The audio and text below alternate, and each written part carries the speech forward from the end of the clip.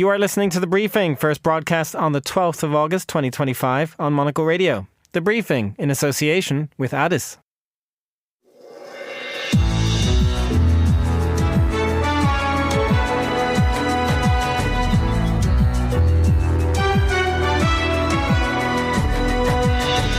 Hello and welcome to The Briefing, broadcasting to you live from Studio One here at Midori House in London. I'm Chris Chermak. Coming up on today's program. I may say, lots of luck, keep fighting, or I may say we can make a deal. And Europeans hope that any Trump-Putin deal does not buck their own principles or Ukraine's territorial integrity. We'll look at the counter-proposal from Brussels. After that, we head to Serbia, where protests calling for President Vučić to resign continue unabated through the summer. We'll get the headlines from the Gulf region and from the world of business. And finally, I've always been writing, of course, also because I've worked in think tanks and I've written several books. That is Charles Emerson of Translator magazine. He spoke with Monocle's Fernando Augusto Pacheco. All that right here on The Briefing with me, Chris Chermak.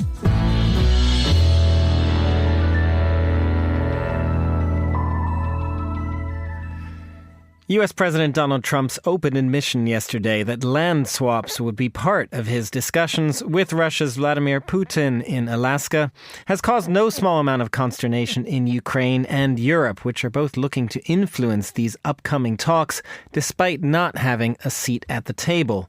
Well, I'm joined now from Berlin by Bojan Pančevski, Chief European Political Correspondent of The Wall Street Journal. Bojan, great to have you on the show. What's fascinating about this, let's start with, is that Europeans have tried very aggressively to interject themselves into this. They've issued a sort of counter-proposal to a proposal from Russia for a ceasefire in Ukraine. What are the principles that Europe is going after here? Hi there. Thanks for having me on. So, yeah, they've tried hard and they've managed, I would say, because essentially they had this meeting on Saturday where in Kent, in England, where they presented their counter proposal. And on the American side, Vice President J.D. Vance was there, and he was, according to participants, entirely receptive of their arguments. Witkoff and Marco Rubio, the Secretary of State and the Special Envoy, also tuned in from Washington, and they seem to be fine with it too. And another positive kind of sign is that since then, Trump has in various kind of speeches and press conferences repeated some of the European talking points. You know, yesterday he had this kind of rambling 3-hour press conference. It was largely about sending the National Guard to the capital of the United States, but he did talk about Ukraine a little bit. And he said, among many things, he said some things that the Europeans were entirely pleased with. He said he would try to win back some of the territory that Russia occupies in Ukraine. He said there had to be a ceasefire. He said he would walk out of the deal if there's no deal, or if Putin is not willing to deal on his terms. And he, most importantly, perhaps for the European ears, he said he will never do a deal without Zelensky. He kind of quite specifically said and repeated that he's not there to make a deal. He's there to kind of, I don't remember the phrase he used, but to paraphrase, basically open the door to the negotiations. And then it's up to Zelensky and Putin to actually make a deal. And this is very important. This is what Zelensky wants to hear. And this is certainly what European leaders who support Zelensky wanted to hear. Donald Trump has certainly made a point that this meeting with Putin is also just the beginning, I suppose, exactly as he suggests there, that the next step would be, say, a meeting with Zelensky and Putin. But at the same time, one of the focuses, certainly, of his comments yesterday was on this idea of land swaps. What is your sense of that? What do Europeans feel about that? Is there a world in which there would be some sort of territorial concessions for Ukraine in order to get a ceasefire? I don't think they would support territorial concessions that are not done under the principle of reciprocity, and that they said that as a condition in their proposal. Essentially, it means if under any kind of deal, Ukraine would be required to hand over even more territory. We must remember that Russia already holds around 20% of Ukraine's territory, and Ukraine is the biggest country in Europe after Russia. So if there were to be any kind of arrangements whereby they would give up even more, they have to get something in return. They have to get land in return. That's the one thing. The other thing is, when Trump talks about territory, it's a little bit unclear what he means, because sometimes he means freezing the front line, right? Which means basically coming to terms that the front line is the boundary between the two nations. Even though Russia has grabbed land, it's not realistic to expect that Russia will pull out of that land that it now occupies. And I think that element of any future deal is kind of implicitly accepted in Europe. I think even explicitly the chief of NATO, Mark Rutte, the former Dutch prime minister, said a couple of days ago that legally nobody will ever, in Europe at least, recognize the Russian occupation, but the facts on the ground will have to be considered. The reality, I think he used the word, the reality of Russian occupation will have to be accepted. So I think, it, like always with Trump, it's kind of hard to know what he means sometimes, because he, it's a very free-flowing narrative that he uses in his addresses to the nation. So it's sometimes difficult to establish. But when he means the front line will be frozen and some area is lost already, that's just a fact on the ground, right? Nobody, I think even Ukraine, thinks that they will get back what Russia has already taken. Bojan, one other aspect that I wanted to ask you about is, besides these discussions about territorial integrity, and as you say, it's a bit of a moving target perhaps, but security guarantees and just sort of how Ukraine even is able to set itself up in any future deal, whether it can still have an army, must it be neutral, can it join NATO, all of those topics as well, so important to the Europeans. Do you get the sense that there too, Europe feels that the US is on the same side? I think in this is the crux of the whole thing. And according to some European leaders I've spoken to, they think this is ultimately the most important part of any future agreements, because nobody trusts Vladimir Putin. And why would they? He's lied so many times. He's broken so many arrangements. He's sort of gone back on his word and whatnot. So it's essentially impossible to trust any settlement with Russia, because the first questions any Ukrainian leader will have, Zelensky or whoever comes after, will be, how do we know they won't attack us in 2 months or 2 weeks or 2 years or whatever? And I think one option now considered, obviously, as you said, the Ukrainians are pushing for NATO membership as the ultimate security guarantee. But that's widely seen as a non-starter, because not even the Biden administration was willing to even consider that. And it's very unlikely that the Trump administration would consider it. So essentially, and in Europe, there are plenty of governments who don't want it as well. So I think what they're now focusing on is some sort of a binding arrangement between Europe and the United States, whereby the United States would commit to unlimited sales of weapons and ammunition to a group of sort of willing European powers, and they would then donate that to Ukraine as a security guarantee. So it's a little bit, sometimes they call this the Israel model. It's the way America has been supporting Israel for many decades now. Essentially, Israel can rely on American arms shipments at any given time, and there are no caps on that normally. And if the Europeans could kind of achieve that sort of arrangement with Trump, I think they would be more than happy, because in that way they could finance these weapons purchases, and they could kind of supply the Ukrainian armed forces. And ultimately this means the Ukrainian armed forces will be the ultimate security guarantor of the sovereignty of the nation. Bojan Panchevsky, chief European political correspondent of the Wall Street Journal. Thank you very much for joining us. And now here's Anita Riotto with today's other news headlines. Thanks, Chris. U.S. President Donald Trump has signed an executive order extending a tariff truce with China, just hours before steep new trade penalties were set to take effect. The move keeps tariffs at current levels for another 90 days, giving both sides more time to negotiate a broader trade deal. Typhoon Podol is expected to intensify as the system tracks towards southern Taiwan, bringing heavy rain and damaging wind gusts before expected landfall on Wednesday. According to the U.S. Navy's Joint Typhoon Warning Center, its exact path may become erratic before coming ashore as the system interacts with Taiwan's mountains. Police in Singapore are preparing to sell hundreds of luxury goods seized from the country's biggest money laundering case. Officers handed more than 460 high-end items and dozens of gold bars to Deloitte for auction. The haul includes rare watches, Hermes handbags, and a yellow pumpkin-shaped Louis Vuitton bag. Those are the day's headlines. Back to you, Chris. Thanks very much, Anita. To Serbia now, where anti-government protests are continuing and the anti-corruption movement shows no signs of subsiding. The protests have been running since last November's disaster at a railway station in the second city, Novi Sad. 16 people died, and the protesters say that the government has still not ensured that there will be a transparent investigation.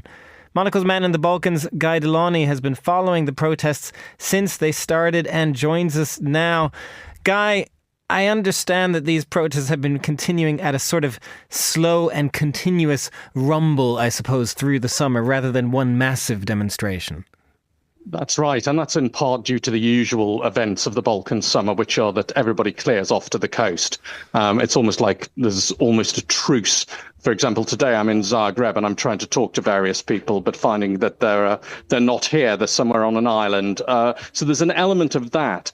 And there's an element of realism on the part of the protesters. They know that if they try and get big demonstrations together now, it simply isn't going to happen.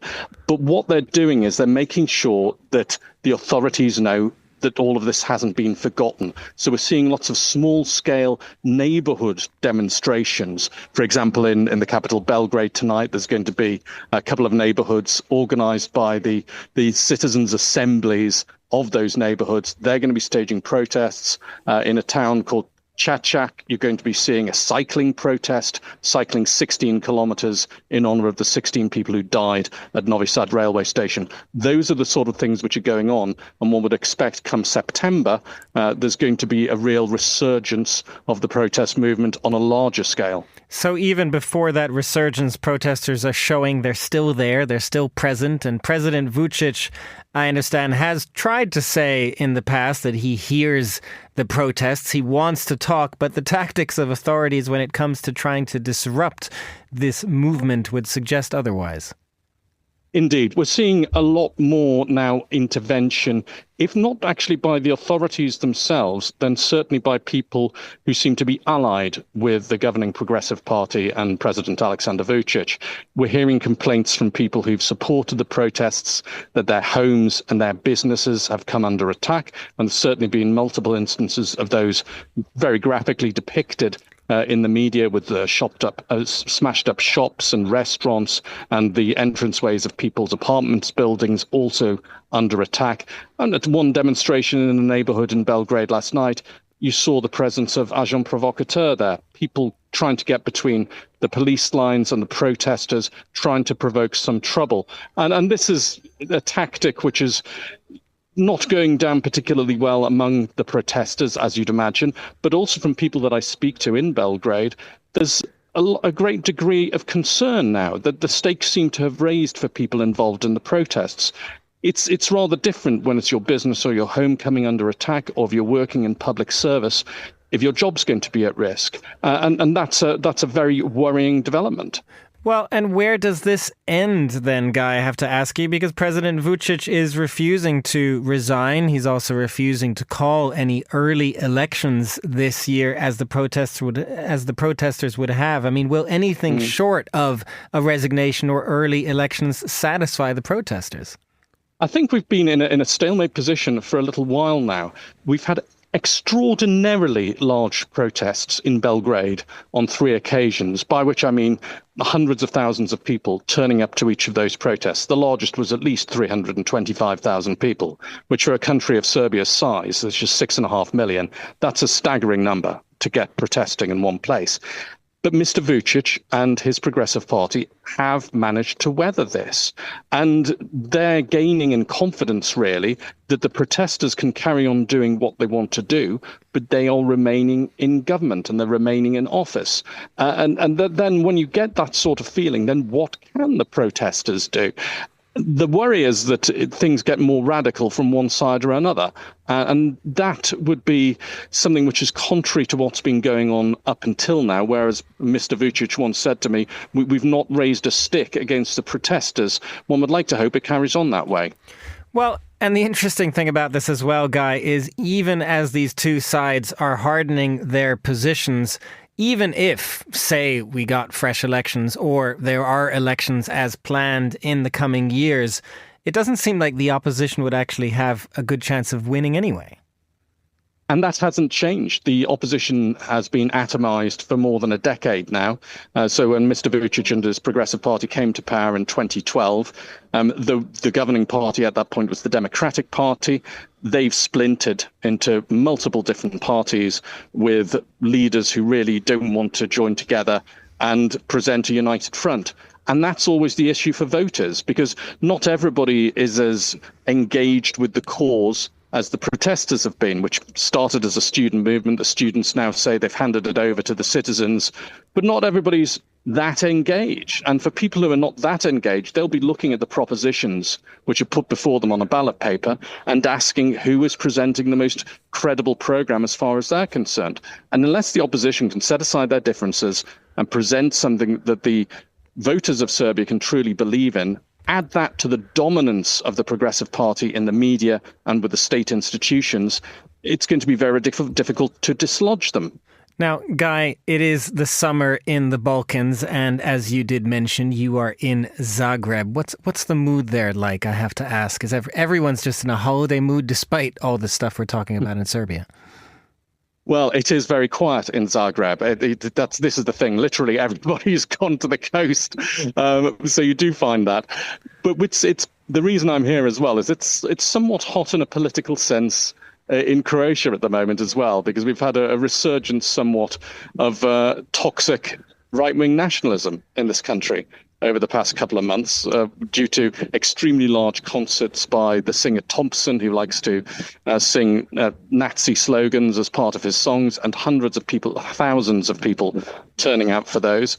Government ministers equivocating over whether this is problematic, even Prime Minister Plenković saying that the use of a fascist salute is just part of Thompson's repertoire.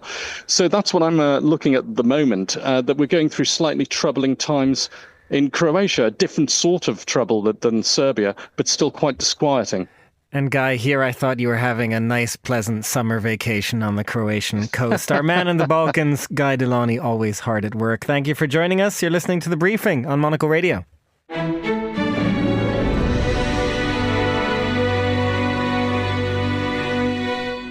You are back with The Briefing. I'm Chris Chermak, and it's time now for a roundup of news from the Gulf. And for that, I am joined from Dubai by Inzamam Rashid, Monocle's Gulf correspondent. Inzamam, great to have you back on the show. We're going to start with wildfires. The UAE is sending help.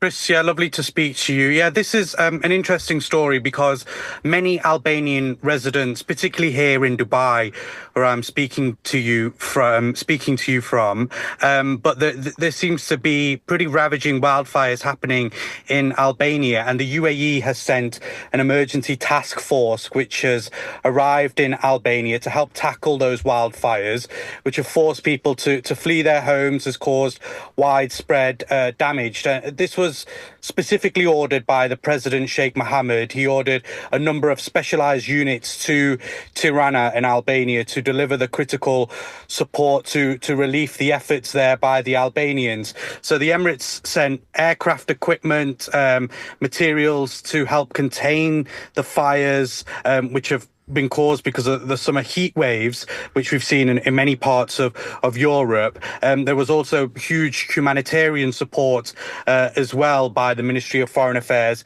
and the Ministry of Defence. And this has all happened because, as I said, Albania and the UAE have strong ties, diplomatic ties. There are many Albanians who reside out here in the UAE, particularly here in Dubai. And so the Sheikh felt that he needed to offer his support, particularly to Albania as they endure these wildfires throughout the summer. Now, Inzamam, another story that I wanted to ask you about, speaking of sort of different countries influencing, as you described, Albanians in the UAE there. Abu Dhabi is trying to get a bit of a Las Vegas flavor, but what do we think of this? Yeah, this is interesting because I find this whole development, and I'm going to be a bit blunt about it, pretty ugly. So this is the Las Vegas Sphere that, of course, is in the middle of Vegas. It has all these kind of nice imagery on the outside. Whenever they want to promote something, there's usually advertisements on the outside as well.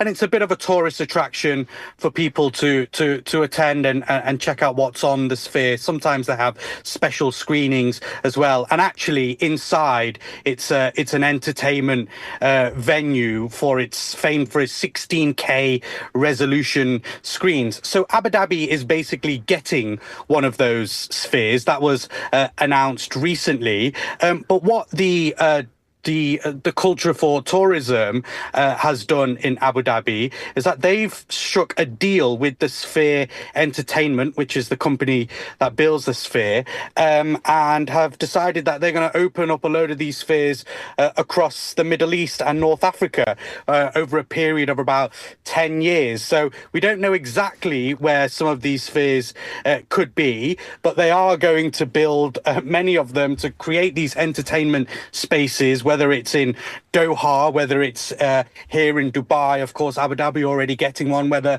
they'll put one over in Bahrain as well. But these conversations are ongoing. This deal has been struck. They cost about $2.3 billion to build. And of course, Abu Dhabi, the country with plenty of money, has put their hand up to offer these spheres around the Middle East. Inzamam, I have to ask, besides the Las Vegas angle to that, is that a thing generally that Abu Dhabi becomes sort of the provider of entertainment venues across the Middle East and North Africa? Chris, it's interesting because I just came back from Abu Dhabi this weekend and spent some time on Saadiyat Island, which is one of the many up-and-coming islands in Abu Dhabi. And what they're doing there is they're placing themselves as this cultural hub of the world, essentially. I was stood in the Louvre Museum looking at all the historical artifacts and all the nice paintings and all that kind of stuff. And across the water, you could just walk across a bridge and round on the footpath. You could see the Guggenheim Museum being built. Now, if you wanted to go to the Louvre and the Guggenheim in one day currently, you'd have to cross international borders. But Abu Dhabi is creating that space for people. There are many other projects happening there. And I think not only do they want to create Abu Dhabi as this kind of cultural hub where you can come and go to all these museums and enjoy it, they also want to be the provider for the wider Middle East, but they will make sure that their name is plastered on pretty much everything possible. Absolutely. Just finally, Inzamam, and quickly, this one story which has nothing really to do necessarily with the UAE, but you've been hearing everyone there talking about Cristiano Ronaldo getting engaged. Yeah, perhaps the Gulf. Maybe because, of course, he lives in Saudi Arabia with his now fiancée playing for one of the football teams out there. But everyone in Dubai, and perhaps it's got something to do with the fact that it was an absolutely massive ring that Cristiano Ronaldo got for his partner, Georgina Rodriguez, estimated around $5 million US, about 25 to 30 carats as well. I think it's a little bit ugly, not like the spheres, but it's pretty, but a bit ugly. And I think perhaps people are talking about the amount of money it's cost to buy a diamond ring for his now fiancée after dating for, I think, about 9 years. That's a good amount of time to get an engagement. Inzamam Rashid, Monocle's golf correspondent, thank you very much for joining us. You're listening to The Briefing on Monocle Radio.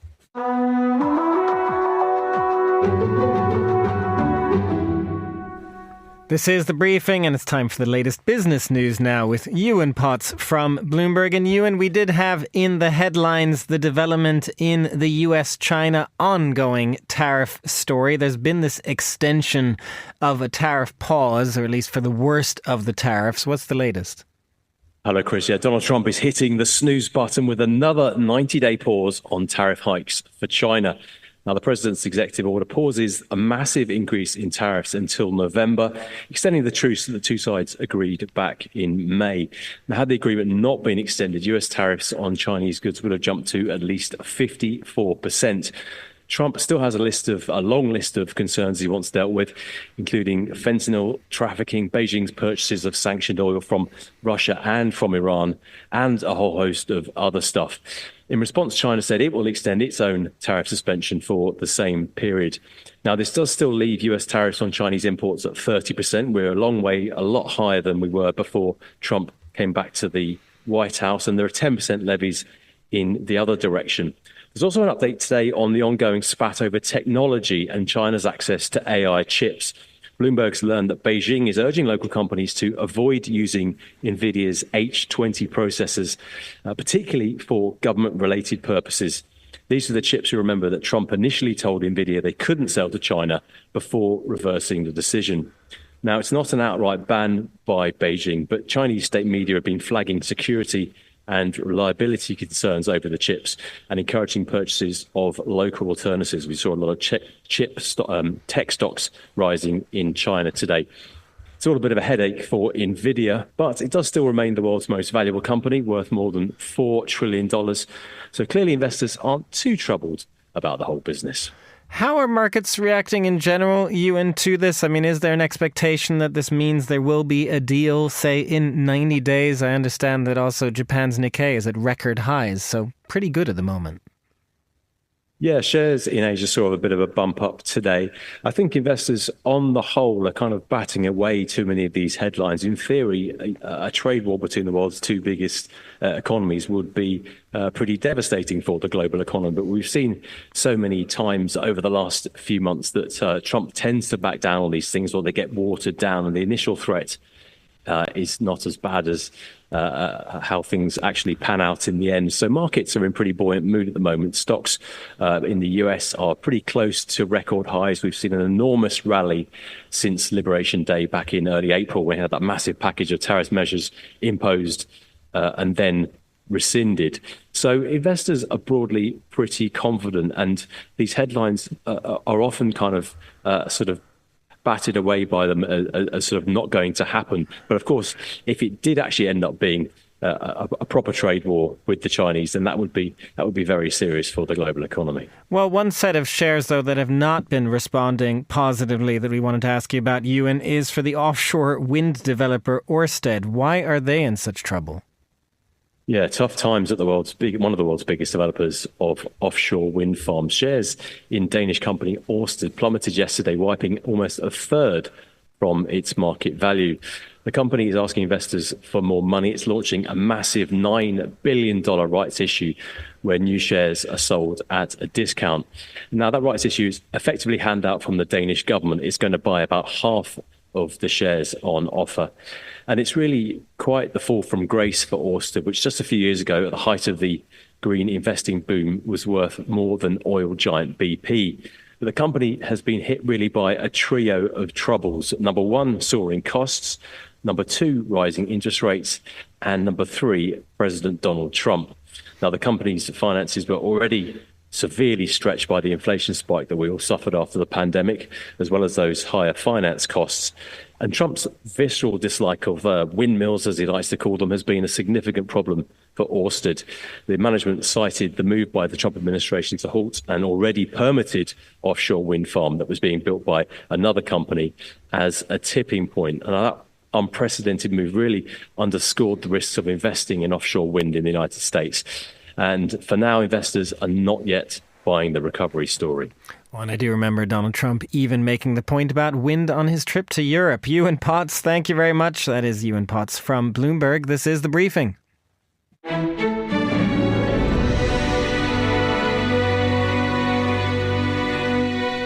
And finally, on today's show, translated magazine journalism is not a new idea, but English language publications do not often match the quality of, for example, Italy's Internazionale or the French Courrier International. The new magazine Translator hopes to change that. Monocle Radio's Fernando Augusto Pacheco spoke with Charles Emerson. He's the editor of Translator, to tell us about some of the highlights in the first issue, which ranges from penguinicide in Patagonia to exploring President Donald Trump's executive order to make English the official language of the United States. Our magazine is called Translator, and we went through various other notions of what the title might be, but we've finally settled on this, and it really does what it says on the tin. So what we do is we translate reportage from around the world into English, so that those who speak English and not other languages can benefit from the wonderful writing which is taking place all the time all around the world. It does expand the mind, right? This idea, it kind of takes you out of your comfort zone and you discover like new views from different countries as well. I think that was the intention, right, of the whole thing. Absolutely. We want to really change our collective frames of reference if we can. I mean, there's wonderful writing in English, of course, which exists now, but it does make a difference if you go and see what's actually being read in, say, Argentina or in Brazil or in Singapore or in other parts of the world. And there is, of course, this is a very difficult time for global journalism. There's many crises, political crises, business models are under threat. We feel this is a way of trying to platform some of the excellent writing which is taking place around the world. And also, as I said, really give a different frame of reference for readers. And Charles, is this your first magazine? I know you're a historian, you published a few books as well, great books, but tell us, what was your relationship with magazines before Translator? Well, I mean, I've been reading magazines since I was, of course, That's a good start. A child. Yeah. So I start off as a reader. But this is my first foray into actual publishing. Although, as you know, Fernando, the independent publishing world is a wonderfully friendly world. And when people have asked me, why are you setting up a new magazine? And I explain, and they say, well, you're kind of crazy, but how can I help? And I feel that's very much the vibe in the independent publishing world. I've always been writing, of course, also because I've worked in think tanks and I've written several books. But I did feel that there was something missing in the newspaper and the magazine scene. If you go to France, for example, they have Corrier International. In Italy, they have Internazionale. So these wonderful publications which translate from around the world. And I felt this was something that was really needed, actually, at this moment in time. But we also wanted to make it fun and approachable. That's why you see the design is very colourful and, to make the reading experience a pleasurable one. And it's funny you mentioned Internazionale, which is a great title from Italy. Because I think we needed something like this for the English language as well. Because, I wouldn't say arrogance, but of course everyone speaks English in the world, right? So maybe it's interesting as well for people from English-speaking countries to actually discover things from other languages and other kind of articles. Absolutely. And in a way, it's kind of bizarre. It doesn't exist already. One of the things I was asking myself over the last couple of years as this idea was circulating and I was speaking to people is, why doesn't it exist? And we could find several reasons why it might not have been done before. And one might simply be that there is so much writing in English. But we thought, therefore, we just had to do it ultimately. And so that's what we did. How did you gather your team as well? Because, of course, you need some kind of expertise to know what should be translated or not. You have to perhaps to trust as well the people that have those insights. So tell us a bit more about how did you create the translator team in a way? Well, we've had a wonderful group of co-conspirators, people that I've been speaking to from the start, who've been able to help in various ways with the project. But really the core of it is our core team in London, and there are 5 of us, including me. And it's a very multilingual and very multi-talented team. So they can help us find pieces that we should translate. Then we've got a wonderful group of contributing editors who speak a wider group of languages, and they're also contributing of their time and energy and their recommendations. But what we really hope to do ultimately is that readers of the magazine who speak languages other than English will themselves recommend pieces that we can either summarize for our weekly dispatches, which are online, or translate for future issues of the magazine in full. And that way we can create this kind of circular economy, a positive circular economy of multilingualism. Those dispatches were all started, right? Kind of the concept and everything. Yeah, we wanted to sort of experiment a little bit to see how this would work. It was a way also of us reading ourselves more broadly into the world. And so, yes, for the last, I guess, 3 months now, we've been summarizing 3 or 4 pieces that have caught our eye from around the world and just putting them out online on a Substack. But we always had in mind the magazine. We're great believers in paper, in printing. We believe that that's how you create loyalty. And we also believe that's how you create a positive and pleasurable reading experience, which we very much hope we've achieved.